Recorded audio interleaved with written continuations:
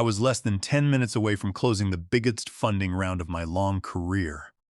Then the heavy mahogany door of the conference room burst open. The chief executive officer's entitled daughter walked straight inside, snatched the clicker from my hand, and told 6 senior investors that they did not need my ideas. The room fell silent before siding completely with corporate authority. None of them realized that the actual operational engine was still standing beside them, watching them dig their own financial graves. My name is Grant Vance. I am 51 years old, and for the last 3 years, I have poured every ounce of my soul into Apex Freight Systems. I hold the title of Director of Network Intelligence at our corporate headquarters in downtown Chicago. As I stood at the head of the conference table, bathed in the sharp glow of the projector screens, I was entirely in my element. The air in the room was overly conditioned, carrying that freezing chill of high-stakes corporate warfare.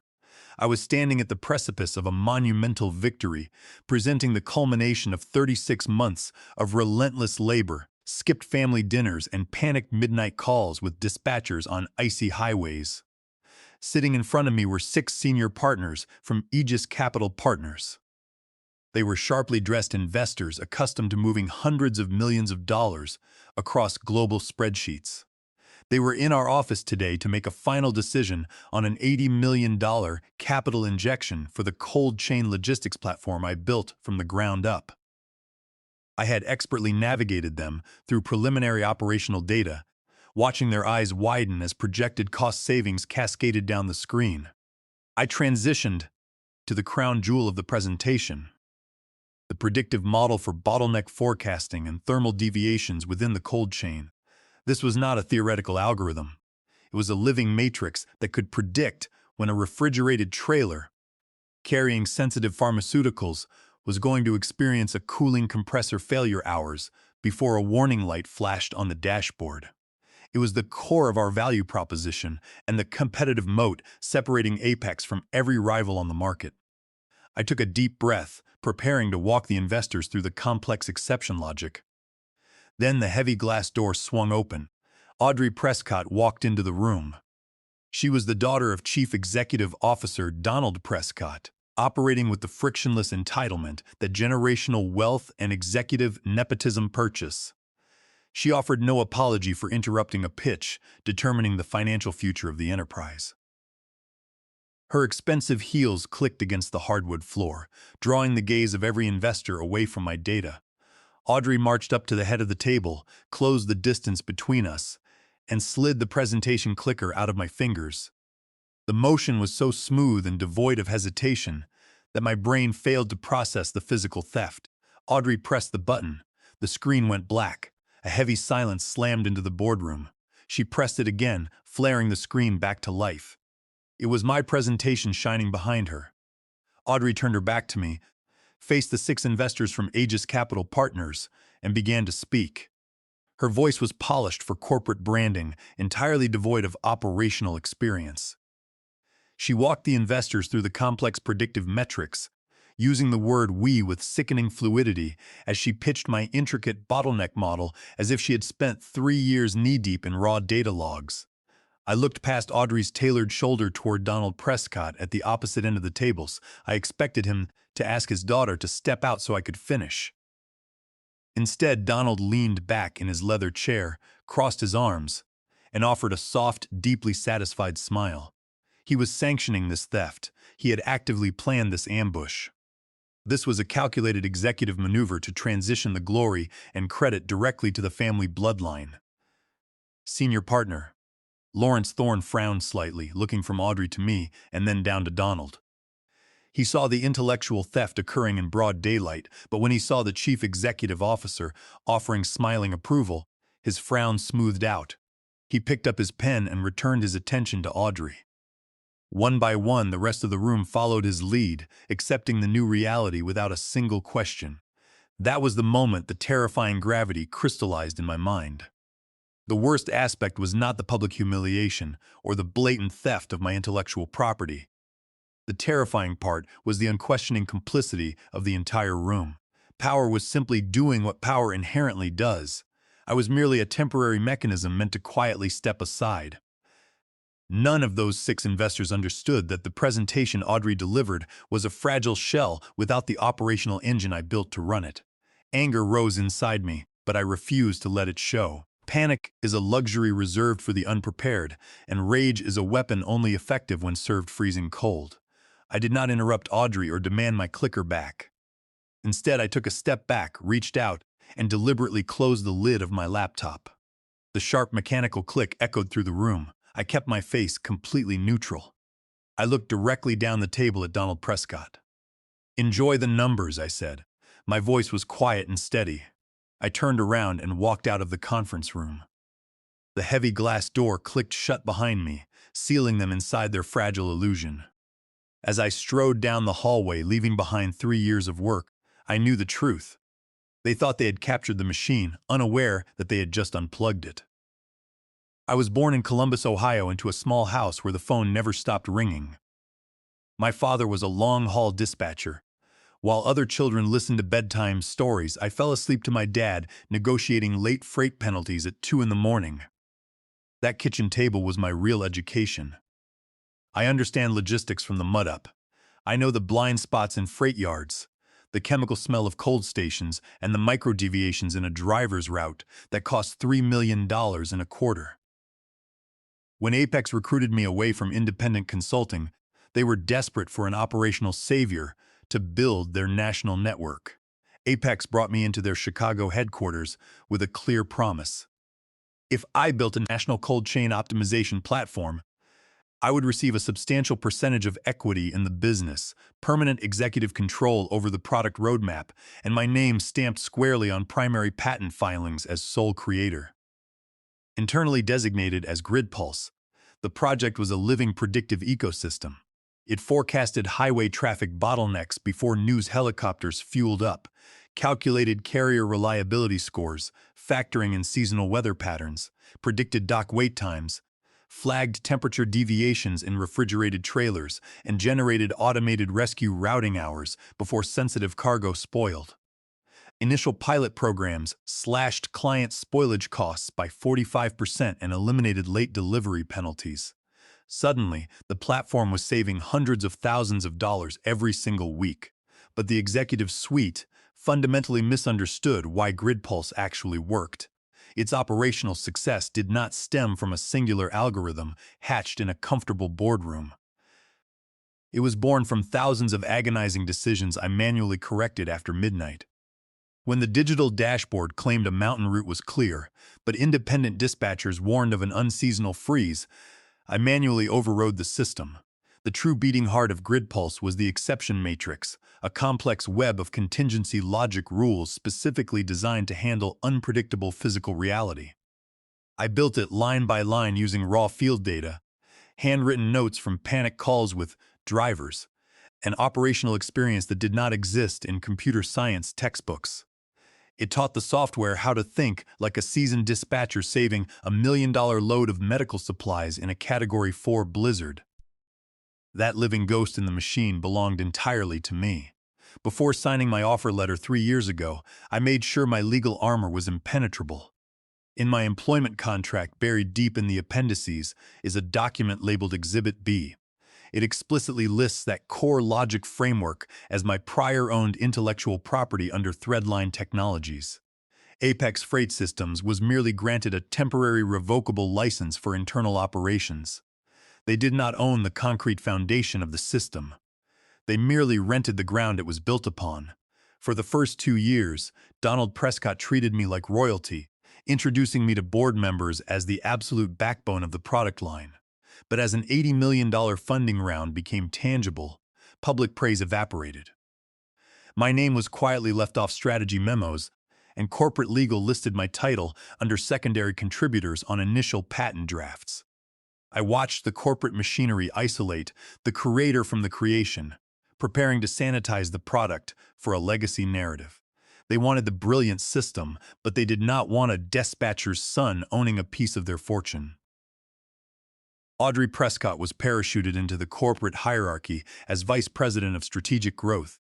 Her entire resume consisted of managing corporate branding for a public relations agency in New York.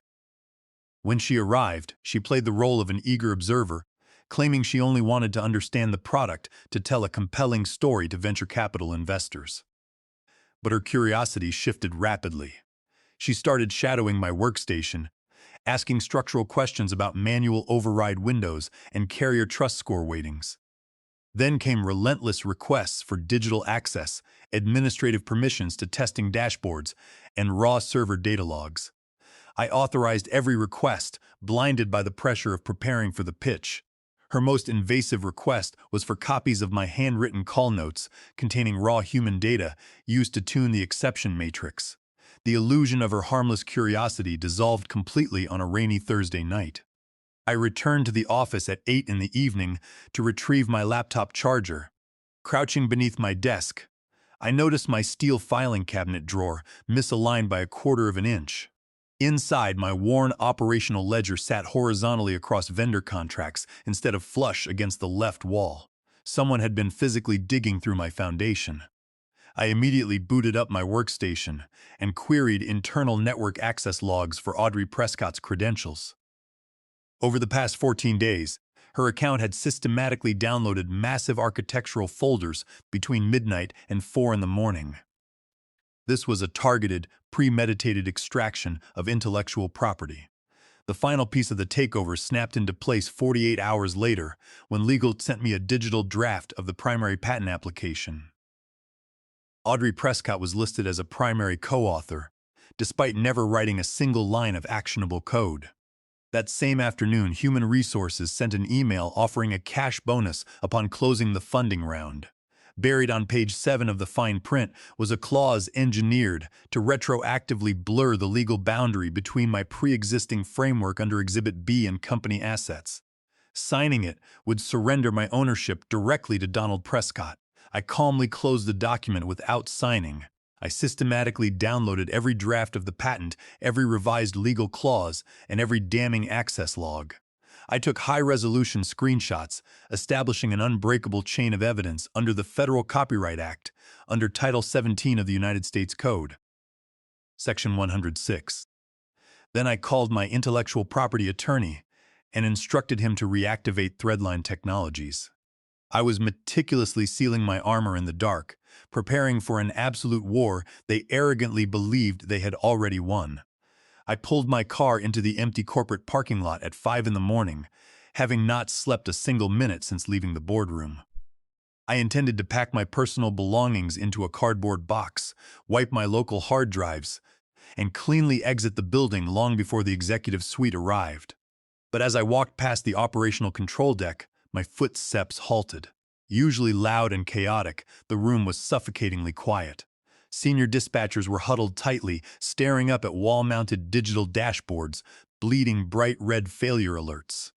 The algorithm was actively instructing a refrigerated trailer carrying $600,000 in frozen pharmaceuticals to route into a regional distribution center where unloading slots were fully booked for 48 hours. On another screen, the automated assignment module prioritized a secondary carrier with a documented history of arriving late 30% of the time, completely ignoring strict temperature limit. Drop-offs required by medical clients.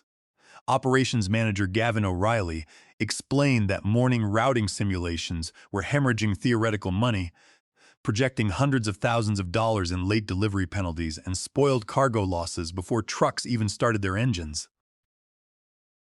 The heavy double doors swung open, and Audrey Prescott rushed into the room, designer jacket unbuttoned and eyes frantic. She marched in my direction and went straight for the accusation, demanding to know if I had planted a bug in the routing logic before leaving yesterday. I stared at her, feeling a peaceful sense of detachment. She sounded like an amateur who had stolen a high-performance sports car and violently stalled the engine because she had no idea how to operate a manual transmission. Before I could respond, Donald Prescott's assistant requested my immediate presence in the chief executive officer's office. In Donald's office, the polite executive was gone.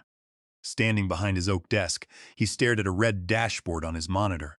He demanded that I explain why the system could not replicate yesterday's operational efficiency, threatening to consider my departure a deliberate act of corporate sabotage.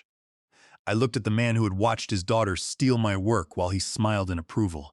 I kept my voice completely level. I was under the distinct impression that you do not need my ideas, I said. I turned around and walked out of his office, leaving the door wide open behind him. Walking through the control deck to collect my cardboard box, a dispatcher shouted into his headset. A major pilot client in Indianapolis was on the line because a load of temperature-sensitive medical supplies had been misrouted to a non-insulated dry dock during a Midwest heat wave. The cargo was warming, creating an immediate breach of contract penalty on the asphalt. Heading toward the elevator, I glanced down the corridor. Standing near the glass wall was Lawrence Thorne, the lead senior investor from Aegis Capital Partners. He had stayed to observe the operational meltdown, watching the chaos with a cold, calculating intensity. Precisely at 8 in the evening, a sharp knock echoed through my living room. Donald Prescott stood in the hallway, carrying the suffocating aura of the executive suite into my personal home.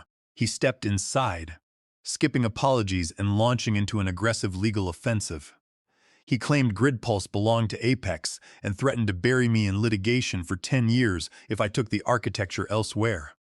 I walked over to my kitchen island, opened my laptop, and pulled up Exhibit B of my original employment contract. I explained that Apex held only a limited internal use license contingent upon my active primary role in managing the system architecture. When he tried to dismiss it, I brought up 24 emails from Audrey requesting foundational technical files under the guise of education, followed by server metadata proving her name was fraudulently inserted on the patent draft. Under federal law, forging legal contributor records renders the contract addendum void ab initio. Donald's aggressive persona evaporated. Realizing his intimidation had failed, he shifted to a bribe, offering a $2 million cash bonus and a promotion to Senior Vice President of Technology if I returned to save the deal. I looked at him with freezing contempt. Anyone who accepts a bribe to return after being publicly robbed will never hold real power again, I replied. I reached out and closed my laptop with a sharp snap. Apex is not collapsing because you are missing a presentation. Your company is bleeding out because you arrogantly believed you could separate the digital product from the human being who created the operational logic. You thought you could swap the driver and keep the engine running. You were wrong. Donald warned that I was making a massive financial mistake and walked out, slamming the heavy door. The moment the deadbolt clicked, I reconnected my laptop and transferred the complete evidence bundle to my attorney to prepare for litigation. Then I called the direct cell phone numbers of the two largest pilot clients Apex had on its roster, redirecting the river right under Donald Prescott's feet.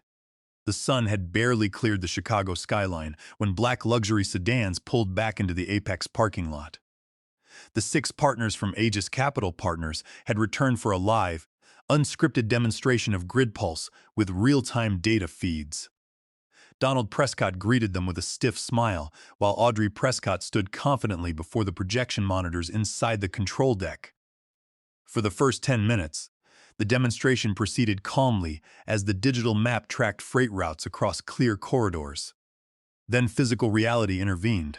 A massive unseasonal storm stalled over Missouri, dumping freezing rain onto Interstate 70, while a severe labor shortage hit a critical transfer hub outside St. Louis. The live data feeds poured into the servers.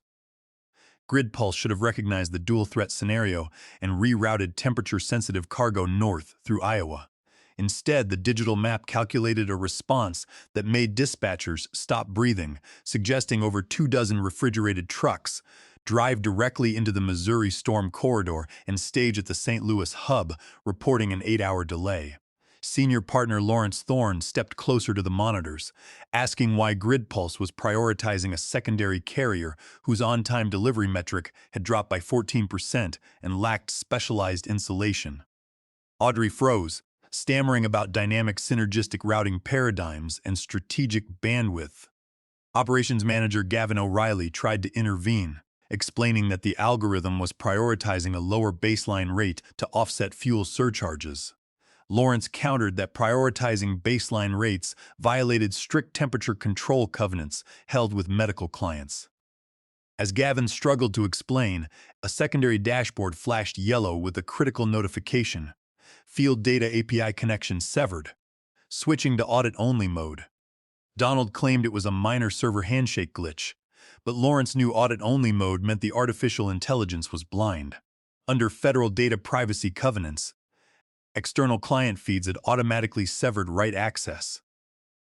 The investors watched Donald talk in frantic circles while Audrey snapped defensively at dispatchers. They realized they had been sold a painted shell without an engine. The demonstration ended in chilling silence as the 6 partners packed their briefcases and walked out. That evening, my cell phone vibrated. It was Lawrence Thorne, stating we needed to talk without Mr. Prescott. I told him to meet me at an independent cold storage facility outside Joliet operated by a former logistics partner. When Lawrence and his partners arrived, stepping onto concrete floors filled with the industrial hum of Freon compressors, I led them to a field-grade monitor on a makeshift pallet desk. "Welcome to Threadline Technologies," I said. "This is a clean-room version of the predictive architecture built upon the foundational framework I legally own under Exhibit B." I loaded the exact parameters of the Missouri storm and St. Louis labor shortage and executed the command. The Threadline system did not freeze or enter audit-only mode. Instantly, the exception matrix recognized the threat, illuminated a clean alternate route through Iowa in bright green, rejected the unreliable carrier, and reassigned medical loads to a specialized regional carrier. It preserved temperature windows and bypassed operational bottlenecks in less than 2 seconds. To cement the truth, I introduced a veteran freight dispatcher and the facility's primary operational manager. The warehouse manager confirmed to Lawrence that the core logic governing dock wait times and thermal deviations was explicitly written by me on his concrete floor. The dispatcher added that the machine thought like them because I built it to reflect physical reality. I then pulled up raw back-end metadata for the original investor presentation deck and predictive formulas. I showed Lawrence digital timestamps, proving Audrey Prescott never accessed the files until 4 weeks ago, proving she downloaded my life's work in the middle of the night and fraudulently attached her name to the patent draft. Finally, I showed raw system logs from the initial pilot phase, highlighting hundreds of manual overrides attached to my user credentials when I manually intervened at 2 in the morning to save sensitive shipments. Apex had aggressively sold a completely autonomous machine while concealing that I was the human being pulling the levers behind the curtain. Lawrence Thorne looked at me with deep professional respect. "Apex Freight Systems attempted to sell us a beautifully painted hollow shell," Lawrence declared. "I am no longer interested in buying a shell. I am solely interested in funding the engine."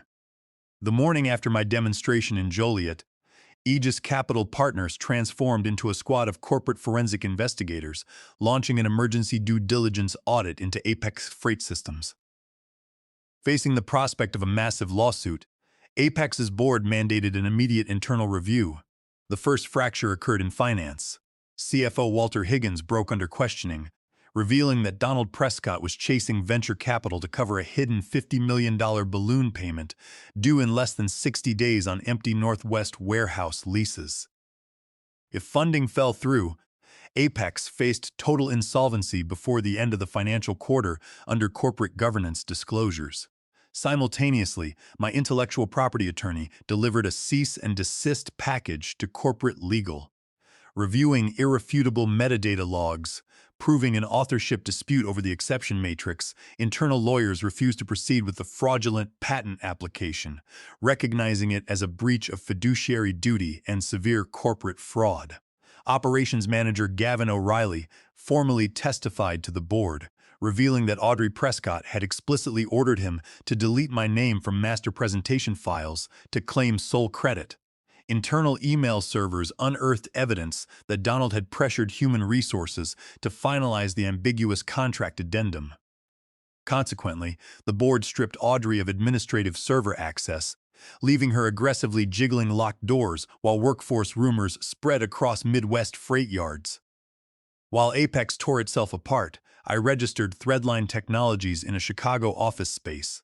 Operating out of cold necessity rather than petty revenge, I recruited veteran software engineers and operational managers who had resigned from Apex, offering them genuine equity in a machine that actually worked.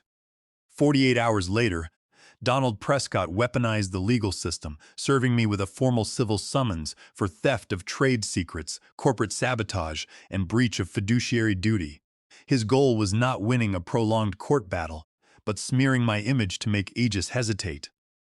Concurrently, Donald's public relations team leaked stories to trade journalists, painting me as an emotional, disgruntled employee who threw a tantrum and broke company servers.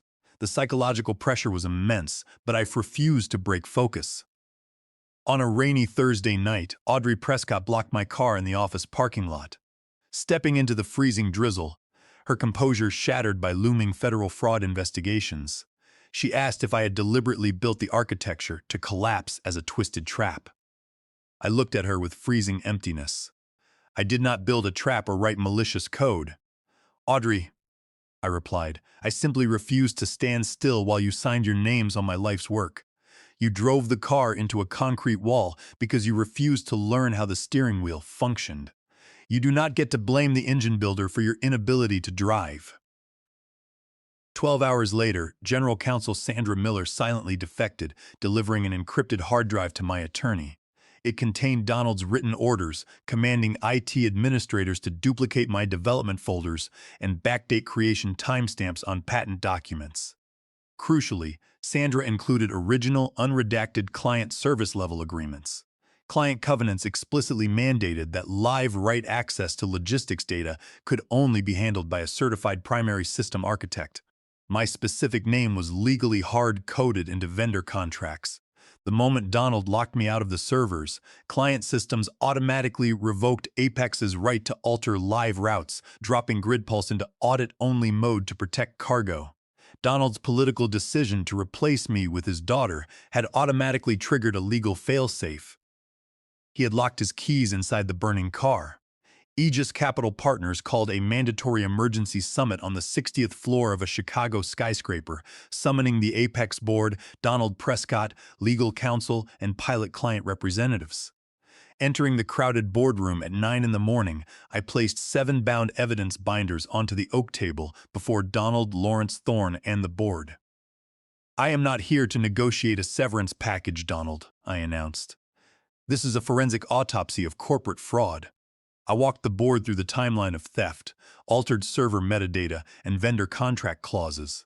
Donald panicked, shouting that the platform belonged solely to Apex. General Counsel Sandra Miller stood up and informed the board that Donald had concealed Exhibit B, authorized patent falsification under federal copyright laws, and hidden the $50 million warehouse lease default.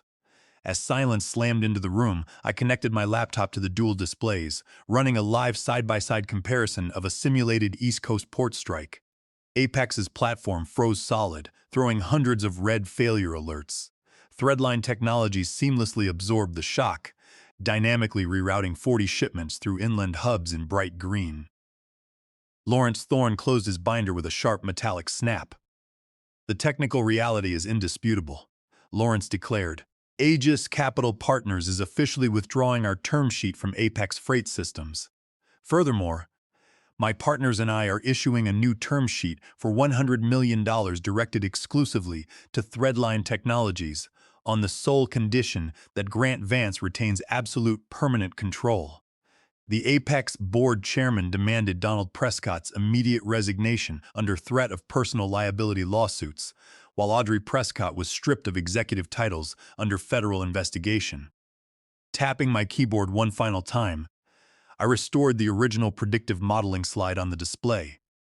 Standing under the projector light before the silent room, I took a deep, satisfying breath, completely owning the space I built, and finally finished my presentation.